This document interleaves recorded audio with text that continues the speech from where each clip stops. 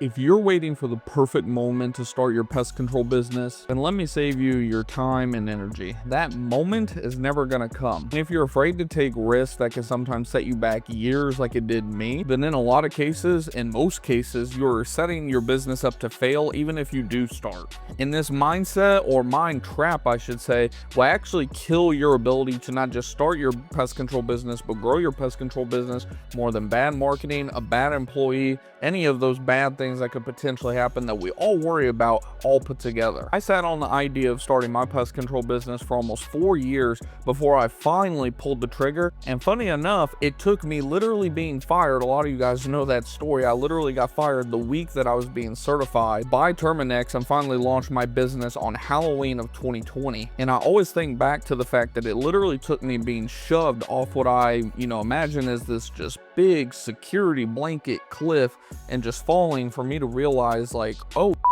I gotta do this. Not just I gotta do this, but I can do this. I don't know about you guys, specifically those of you, I'm talking to those of you right now who are like sitting there in your little journal or whatever. Like me, I always wrote in like a little journal, just, oh man, if I had 100 pest control customers paying me this much per quarter, and this was long before I had the idea of monthly billing, yearly billing that we now do in our business. But I'm just sitting there jotting down like, man, if I had, 10 customers, 100 customers, 1,000 customers, we all sit there and do the math and we think about, oh, like I would put this into marketing, I would do this, we create all these different if-then business plans. But then for whatever reason, we sit there and we think, oh, well, I want the security, I want my insurance, I want my 401k, especially if you're like me. We had our first kid while I was at Terminex, and that ultimately just totally changes your outlook on risk. When it's just you, you're like, oh, whatever, I can do whatever I want. But the moment you're responsible for like another life or two lives or whatever the case may be for you,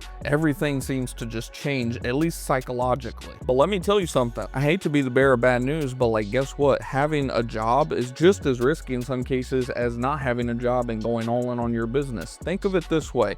A job, you can walk in tomorrow and be laid off, fired, whatever the case may be. Business goes under.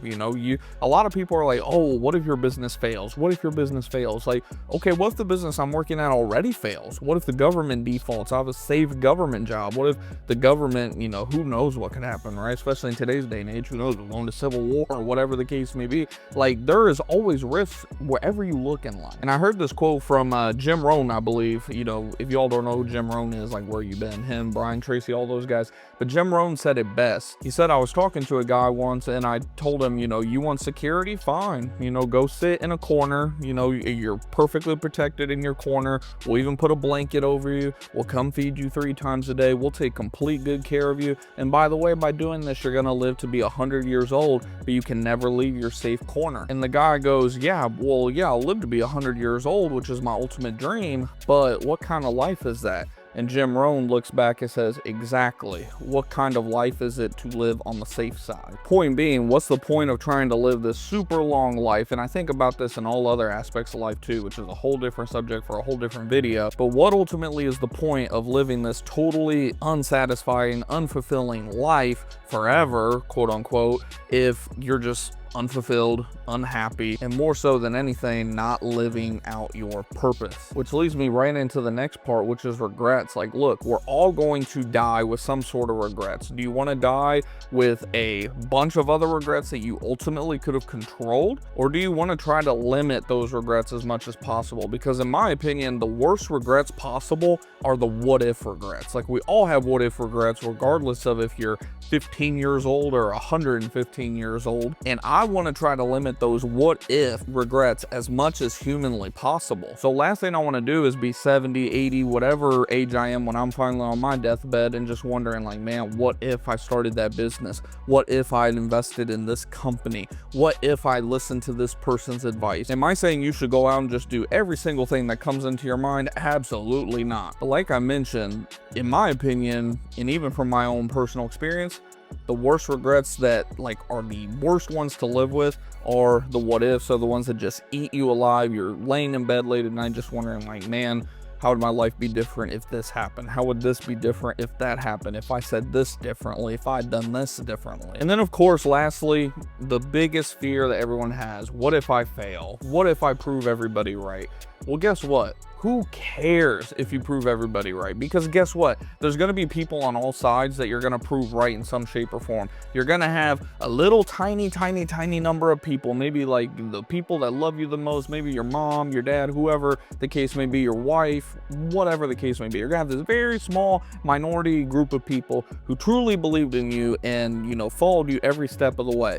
But guess what? 90%, 99 probably percent of people, they secretly envy you. They envy the fact that you are willing to make that leap that not everyone else is willing to make, that you're willing to sacrifice what they're not willing to sacrifice. So don't pay attention, one, to what any single person says, and two, get over this fear of like I was saying about the, you know, the fact that a job could go away tomorrow. Stop worrying about stuff that you ultimately have more control over than you do in the other option. Because guess what? I still do it to this day. About once a year, I go through scrolling looking for all sorts of different jobs that I know I would be overly qualified for, and guess what? They're there every single year. So if you fail, so what? You can go back to a job and get recycled back into the universe of normalcy. And if you prove people right, guess what? Who cares? You're gonna prove some people right one way or another, so you might as well do you. But the best way that I can sum it up is fear is real, but so is potential, and so is freedom, and so is building a legacy. Now, I could get into a whole nother video subject on,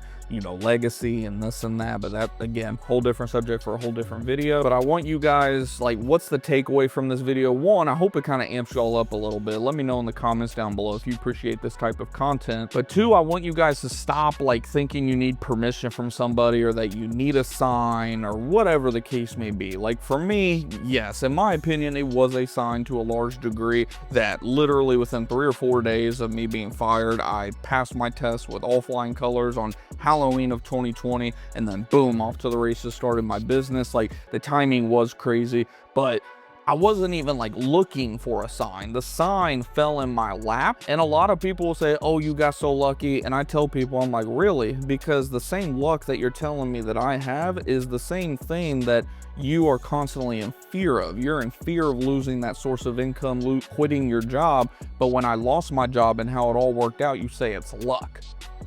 So funny how that works, in my opinion. I just want you guys to just really think about, whenever you're considering, you know, I had a comment recently about how can I survive my first 2 or 3 years, something like that. Like, there's no sure shot guarantee, guys, that you're going to survive. I cannot promise you guys that, which is why I haven't responded to the comments. So if you were the one that commented that, here's kind of your answer. Hopefully, you know, it's good enough for you. If not, I'm sorry, but like, I cannot guarantee that you're going to, I don't know if I'm going to still be here a year from now, 3 years from now. Like, obviously the statistics start to get better and better in my favor the longer we're in business, and you know, we continue to just add, you know, more employees, more customers, but you never know. Why do you think when it comes to investing, they always suggest you invest into the indices rather than individual companies? Go look at the S&P 500 20 years ago versus the S&P 500 today, or hell, even just the Dow 30 20 years ago from the Dow 30 today, and see how many of those companies don't even exist anymore. But I can't stress enough,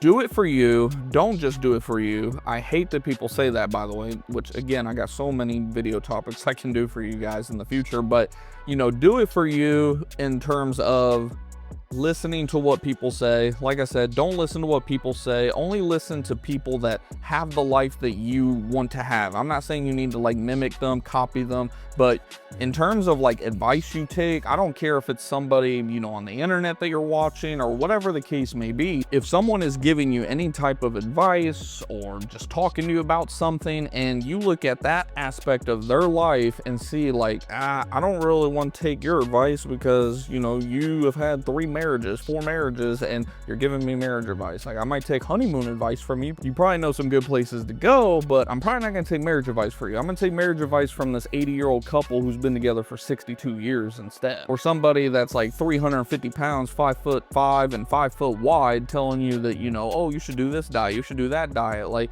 I'll probably ask you where I should go out to eat, but I'm probably not going to take your gym advice. Same thing with your dream in business. Like, if somebody doesn't have the business that you want to have, the money that you want to have, the investments you want to have, or just flat out the life that you don't want to have, why would you take any of their advice either? So that's it for this video. Like I said, hopefully you guys did take maybe a little bit of something. If you did, do me a favor, smash the thumbs up button, share it with somebody if you know somebody that could benefit from the information. And shout out to those of you that are listening on the audio platform, Spotify, Apple Podcasts, all of those 100+ different podcasting platforms. Share the podcast if you're an audio listener specifically. And if you don't know who I am, of course, real quick, just wondering who the hell is this guy in the first place. My name is Griffin Thomas. I own a pest control business specifically in the Dallas, Texas area, Preferred Pest Management. We've been in business for about 5 years now, and on my channel overall, the last 10 years roughly, I just document my entire business journey. It really started cranking up, like I mentioned, in 2020 when I took this business from 0 to 6 figures in my first year. We've since hired a couple employees this year specifically, and we're finally starting to march our way towards that 7-figure range. And like I said, I just document this journey overall for you guys. So if any of that interests you, go ahead and follow on YouTube, or